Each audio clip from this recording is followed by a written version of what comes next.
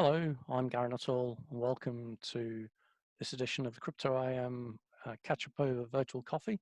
It's Wednesday, the 13th of May, and we're going to see who's going to join us today for this session where we talk about COVID-19.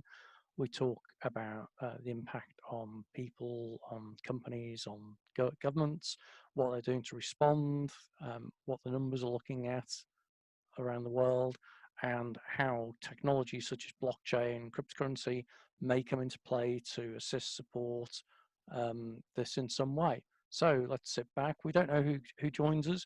Could be anyone from anywhere around the world because it's an open invite. Sometimes it's just a couple of people from London. Other days we have people from Singapore, Hong Kong, New York, all around. So we'll see who joins us today. Okay, sit back, enjoy. If you do enjoy it, do subscribe. Click on the subscribe button, which I think is down here, or it might be over here. Like it and enjoy it. And these recordings, we put them onto YouTube so you can watch them afterwards as well. So let's see who joins us today.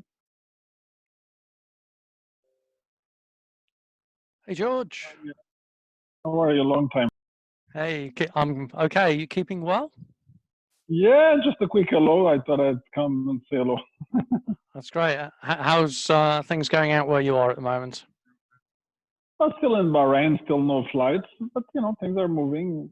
Okay. Not much change COVID-wise. I mean, the malls are kind of open, but the restaurants still only take away. So. Okay. But the situation is very, very quiet. That sounds kind of similar to what they're hoping to get to pretty quickly in the UK. So how many cases have there been now out there, and how many deaths, do you know? Cases, I don't know. I mean, I don't keep reading the statistics every day, but I think it's in the 3,000 or something. It's not very high.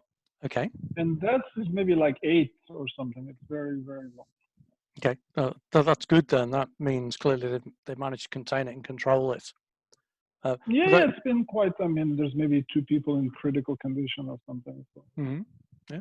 I mean, it does not mean that everything is okay, but at least somehow, they're quite proactive. Are you hearing much about stuff going on in the other Gulf states? Are they behaving similarly in Abu Dhabi? And Abu Dhabi, no, but Dubai, I keep more tabs because I have place there. So Dubai, I mean, they open up as well, but they have all kinds of strange restrictions for restaurants, like 30% plastic forks and, all kinds of stuff, which I think if it's like that, probably 50% of the restaurants will not be able to survive with this condition. Yeah, it was interesting. We had Alex join us a few days ago. He's out in Hong Kong, and he was saying how they were beginning to ease the restrictions, but you still had distancing measures in restaurants, so you had to sit at a certain distance apart from each other, and that seemed to be working. But it was a third distance apart, which meant the restaurants couldn't really get very busy. So how on earth they'll stay in business because they're not churning the revenue? I don't know. So. That's my point. I mean, it's 3, I think, major rules for restaurants anyway. For other business are quite different. But restaurants is like 30% capacity, no buffets, plastic utensils, and more space. So if you combine all these things together, it means, I mean, the place, if they keep all the conditions the same, they probably are not making money. They'll be losing money. Yeah. Are they doing it the same in the UK? Some of the restaurants have pivoted a little bit and are now doing takeaway services. Are they allowed to do that? No, yeah. Of course, takeaways have been live since the beginning. So most of the places have switched to takeaways, but the question is, how much takeaways do people do? I don't know. I think people do maybe 20% takeaways, but they will not do necessarily all the takeaways. Okay. I guess the thing with takeaways is that their overheads are lower because they're not having to pay for so many waiting staff. And in the UK, I think that they tend to use like Deliveroo or Just Eat or some of the delivery providers. So that we have the same. Okay. like Deliveroo, Talabat, Uber Eats. I mean, there's a whole long list. And to some extent in the Middle East, these operational costs are even lower. Okay. If I remember correctly from previous statistics, the cost of delivering a meal in Dubai, a few months ago, and I don't think that has changed. It used to be like 4 dirhams, which is like 80 cents. I mean, it's a quick calculation, but anyway, below $1, or 3/4 of a pound or something like that. Okay. So that really means and they're charging the people probably double that. So the delivery services are making relatively good money, but that means it's quite convenient for the people to order because the delivery costs are so low. I mean, of course, cost of fuel and a whole bunch are part of that. And what's the kind of labor cost as well? I mean, if you go to Europe. Yeah, but what's the kind of culture there? Is it normal to have a lot of takeaways? Yeah. It's quite common but people, I think, I mean, of course, they go to the restaurant. It's quite common, but takeaways are quite common. Especially when you have specific meals like where you serve like chicken or some kind of Arabic barbecue. So there's quite a lot of restaurants that have quite cost-effective, approaches to that, and they vary by nationality. The pizzas, the burgers, Chinese, Thai, etc. Okay. What's the kind of general response from the government at the moment? What are the kind of messages that they are putting out? Well, they keep updating the people on action plans that they are taking. I mean, they're trying to create extra alleviation for the people financially, like, for example, Bahrain specifically. I don't know how. I mean, Dubai also has announced a whole bunch of measures, but specifically in Bahrain, for example, what they did is they delayed people's loan payments and mortgages by 3 months. So they kind of did a few what I would call sensible measures, which makes sense when things are kind of stuck a little bit. Yeah, they're kind of doing similar things here, whereby the government is underwriting loans to businesses. It's paying for furloughed workers, so people who can't work, they're paying this a major contribution, if not all, their salary. They're allowing people to temporarily suspend the businesses in effect. So it sounds like most governments around the world are adopting similar approaches. I mean, exactly. It depends probably on the capabilities of the government as well. Of course, in the Middle East, not every government has got similar capabilities. I mean, Saudi definitely has better capabilities. A country like Bahrain depends on some level of donations from Saudi to, because they have a much lower budget. I mean, Saudi is 27, 30 million. Bahrain is 1.5 million.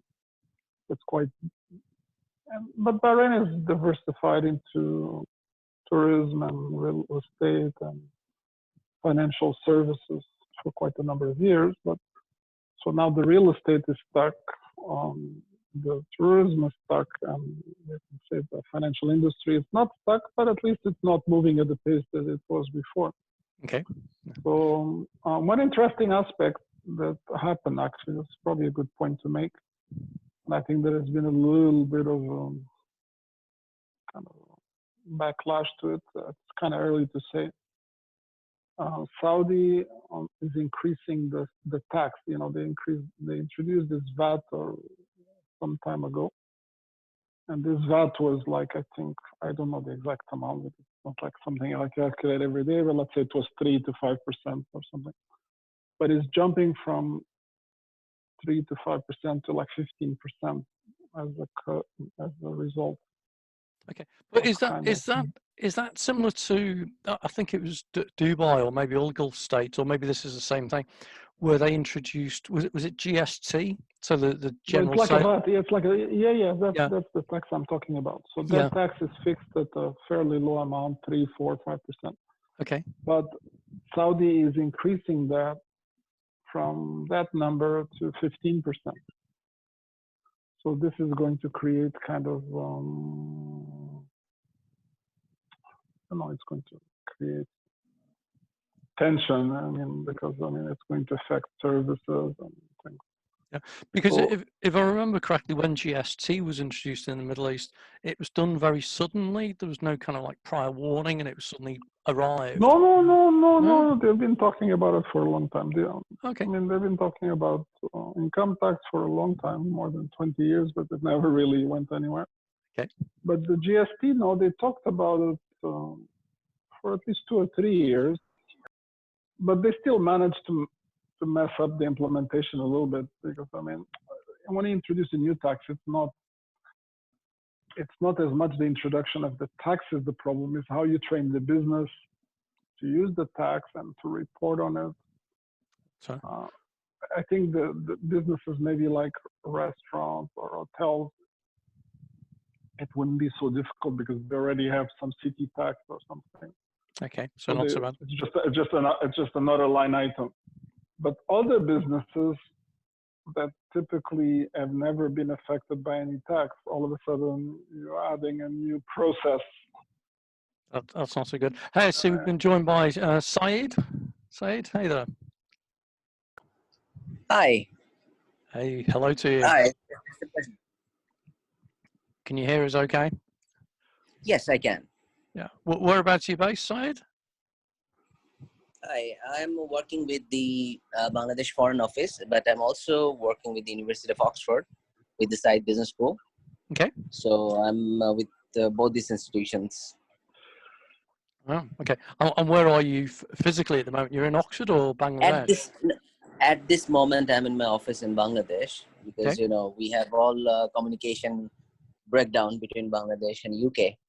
Okay. Everything is stopped now, and I think it will remain stopped for a while. But yeah, I keep watching out for your telecasts and also your writings, because I myself am a crypto enthusiast, and we have been working on blockchain at the University of Oxford with the Oxford Foundry. You might have heard about it.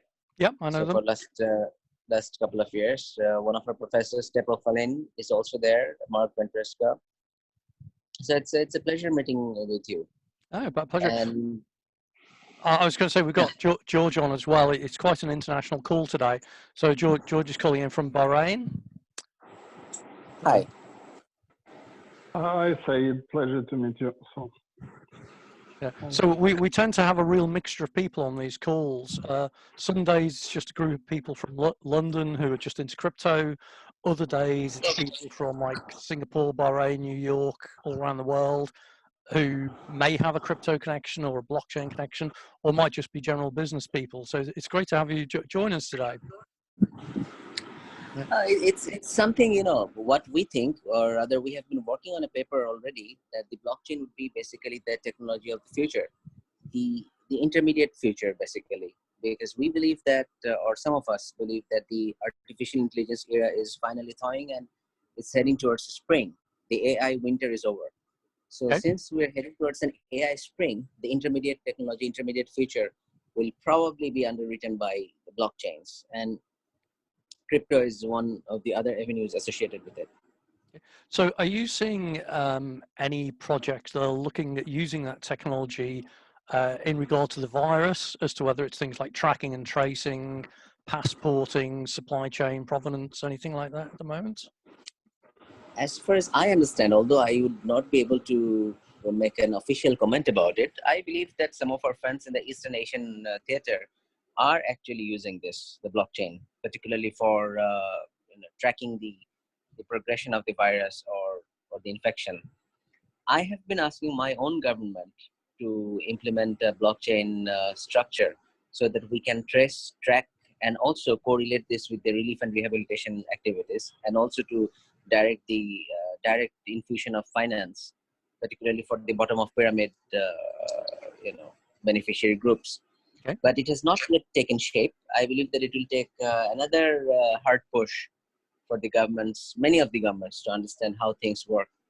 I've been advising a couple of governments in the Western African region. I believe that some of the governments in the west of Africa, I mean east of Atlantic, they might be more interested and more enthusiastic about adapting to the crypto structures, because they have they have a manageable economy, and their economy is not that complex as yet. So if in fact, what my understanding is, they are looking for people who can give them a solution, wholesale solutions at an affordable rate. Some of them are. Okay. So I mean, that would be that's, interesting. That'd be interesting for George's perspective, or in terms of the Middle East and the Gulf states. Because I know certainly, George, from when I was in Dubai, there was a real appetite for things like cryptocurrencies and blockchain. Are there any developments on that now? Well, there's two things. There is an appetite, definitely, and a lot of marketing is being done from the Middle East countries for blockchain, crypto, and all that. Dubai has done a lot of work as blockchain, not as much as crypto, because to some extent, crypto is still not, there's no crypto exchanges, although there is OTC is legal. You can buy a house with crypto, apartment, etc., for quite some time now. But most people just convert it back to cash, so it's used as a vehicle. The only countries that have events more is like Bahrain, where the central bank of Bahrain has already passed crypto exchange. They had a sandbox for 3 years, and some people have graduated, so they are actually legal, regulated crypto exchanges the same way you have in Estonia, Malta, Gibraltar, Liechtenstein, Zug. So they're actually quite advanced with that. Then that's good. Well, Bahrain has always been a little bit more advanced in the areas of financial affairs, finance banking, because most of the banks that used to be at the time in Lebanon, when it was the civil war, a lot of them, over 100, moved and relocated to Bahrain. So Dubai has grabbed a few of these over the years, but Bahrain still has probably the most advanced framework as a financial, both traditional banking as well as Islamic banking as well. So they have quite a regulator. And there is also, I mean, it's a whole ecosystem. There's organizations like, for example, BIDF, which stands for Banking Institute, or Bahrain Institute of Banking and Finance. It teaches, a lot of courses to the banks and to the insurance companies. So about, any topic that is important. Could be cybersecurity, could be risk management, could be Basel III or whatever, etc. So that means it's not just they are here. There's a whole infrastructure in place that actually supports them. So that it has created quite a mature market. And this compares quite different. If you go, for example, to Saudi Arabia, there is probably now 12 or 13 banks that operate out of Saudi, or a country much smaller with over 100. So it's a very different scenario, and even their approach. So let me give you examples. So if you're in Bahrain, you'll get banks like Citibank or HSBC are here. Where, for example, you would be in Saudi, there is no HSBC. There's something called Saudi British Bank, which is HSBC partnership with some local organization to have similar services that HSBC would offer, but it's kind of a joint venture. And they have done this for the major banks, including like Citibank, etc. So each one has got a different name. Okay, yeah. So that might be worth. So ABN AMRO is like Saudi Holandi Bank. Yeah. I've seen the same when I was doing some work in India, where in India you have to have effectively local organizations in some way. So if you're a law firm or a bank, you don't operate under the name that you use in the West. You've got a localized name in some way, and it's almost like a brand identity, so that they can't kind of keep it separated. I was wondering, in terms of with Syed, then with Bangladesh, how far advanced is the government and the government's thinking around the adoption of these technologies? Are they supportive of it? Well, I have worked in India as well, and I have been working with both India and Bangladesh for last more than 10 years. I believe that both these governments, both in India and in Bangladesh, is a huge misunderstanding, or let's say lack of understanding about the crypto structures. If you would like to have a look at it, you'll see that many of the, at least some of the uh, underwriting algorithms, blocks are very much situated inside Bangladesh and in India. But if you'd ask the regulator if they know about it, they don't. Okay. Why they don't? Because first of all, they would not like to know that it is there. Second, even if they knew that something is happening in this line, they would not like to recognize this for fear that they would not be able to control something. Control is the word here. Control something which they cannot really understand. Yep. Third, they're still very much entrenched in the paper-based systems. So, for example, it took only this virus outbreak to implement one of the things that I have been personally pushing for the last 10 years, virtual meetings. All the interministerial meetings that happen in Bangladesh or in India happen in person. So it requires at least 3 to 4 hours given the traffic that we have. So that kind of a push was required. This kind of a push was required to have an interministerial meeting virtually, or let's say with Zoom or WebEx. WebEx still, no one has heard about it. It's not that they're ignorant. It's just that they're still hesitant. And in Bangladesh, for example, I know that Bitcoins are illegal. It's not that Bitcoins per se are illegal, but you cannot transact in Bitcoins. Okay. In terms of blockchain, we have been asking the Ministry of Finance to have a look at it. I've given them my papers from Oxford, but I don't think anything has moved so far yet on any front. However, some of the policymakers have started to understand what these things are. And I personally believe that if you look at a timeline, this is 2020, by 2021, 2022, within next 1 year to 2 years, there will be, let's say, some sort of an understanding, a general understanding of what these things are.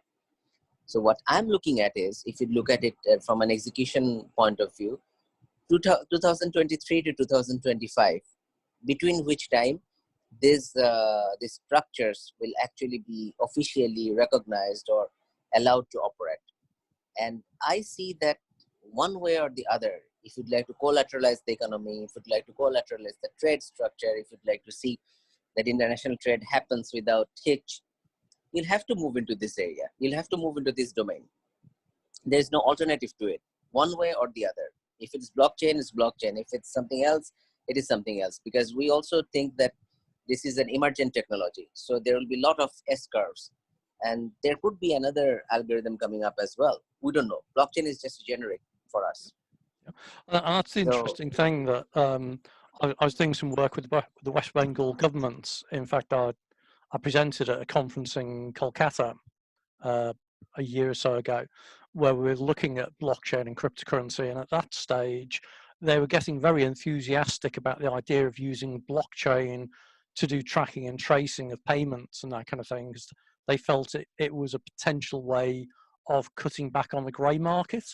Although, as I explained to them, all that happens with the grey market is that you move it from one place to another, you never get rid of it. But they were much more hesitant against cryptocurrencies. But now that is changing with the recent decision by the Indian Supreme Court, which kind of gives RBI and BFSI, the regulators there, a lot more certainty around cryptocurrencies and legality.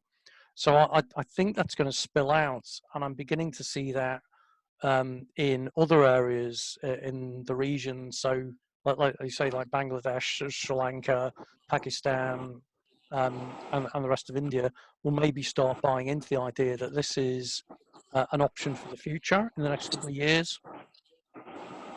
Very much so. See, since you spoke about West Bengal, the entire trading architecture of West Bengal is basically dependent on Bangladesh. Mm-hmm. The trade which goes through Kolkata is basically the Bangladesh trade which goes through Kolkata. Yep. So the official trade statistics is 6.5 billion US dollar, but the actual trade is somewhere between 28 to 29 billion US dollar. And that too only in goods, not in services, because the services trade do actually happen, but these are not reported anywhere, not in official statistics at least. So what happens is,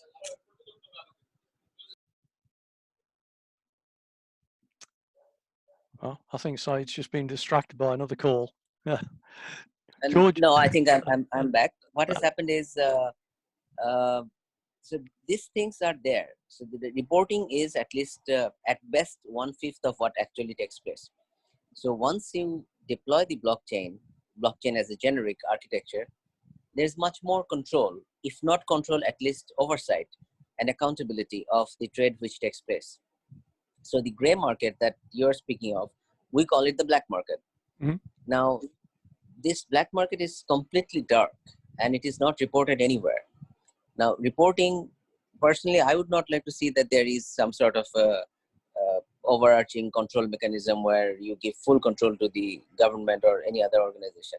But we'd like to see that things are accountable. You know, the basic management equation, accountability should be equal to responsibility, and that should be equal to authority. That equation is imbalanced, not in balance here. And deploying the blockchain architecture is basically one of the ways forward. Yes, you're right that the Supreme Court of India decision to legalize the cryptocurrency will definitely go a long way. If it was Raghuram Rajan, the previous RBI governor, things would have been probably much faster. Yep. But I think even with the current government, the National Security Advisor of India, Mr. Ram Madhav, Mr. Alok Bansal, and others, those who are basically in the inner lobby, they understand what this is, and I think they are pretty much positive about it. Now, the thing is, there need to be a broad-based understanding of these issues, the technology, and also the political implications of it, the franchise, and also the agency associated with the actors who will be acting in this or who will be participating in this game. So there needs to be a broad-based understanding. In that area, I think the technology companies are not doing well. At least, I mean, people are not being made aware. So here, if more corporate responsibility could have been shown, I think it would have been better.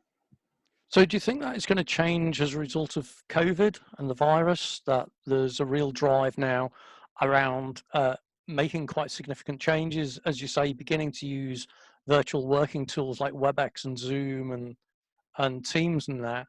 There seems to be a general support around the world to begin to adopt technology properly at last. Do you think that's going to be the case with crypto, with blockchain, that they're just going to be yet more of the technology tools that governments will start accepting and adopting? See, what has happened is, the web conference and things like that, social distancing, these are tactical issues. But when you want to deploy something like blockchain, it's a very much strategic issue. I don't think this this current virus would allow the policy space for the policymakers to do something like this. What I would rather think is that this virus or this inability to act in the economic sphere will actually push individual communities, societies, and trading blocks to find alternative mechanisms to trade.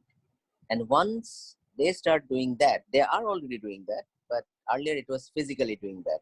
You know that we have a system called Badla and Hundi, which we call in Bangladesh, that the financial architecture is there. But if people would like to move into something more tangible, more accountable, something more traceable, and obviously time-stamped, people will definitely have to adapt to things like blockchain. And that will be a second-tier movement, which I told you, next 2 years, it will take it will be taken for making people understand what things are. It's not that someone is making them understand, but people will understand by their own or on their own.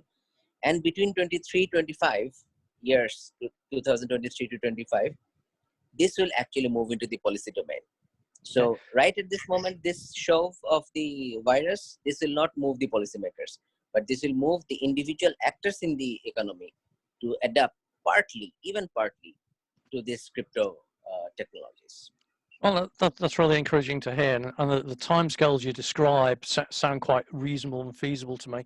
Talking of timescales, I'm afraid I'm going to have to end this call now because it's a limited time call. I try to run these each day for just 30 minutes to make them fairly short and punchy, and we get a variable number of people who join us each day. So I'm going to close this off and say, George and Syed, thank you very much for coming along and joining in today.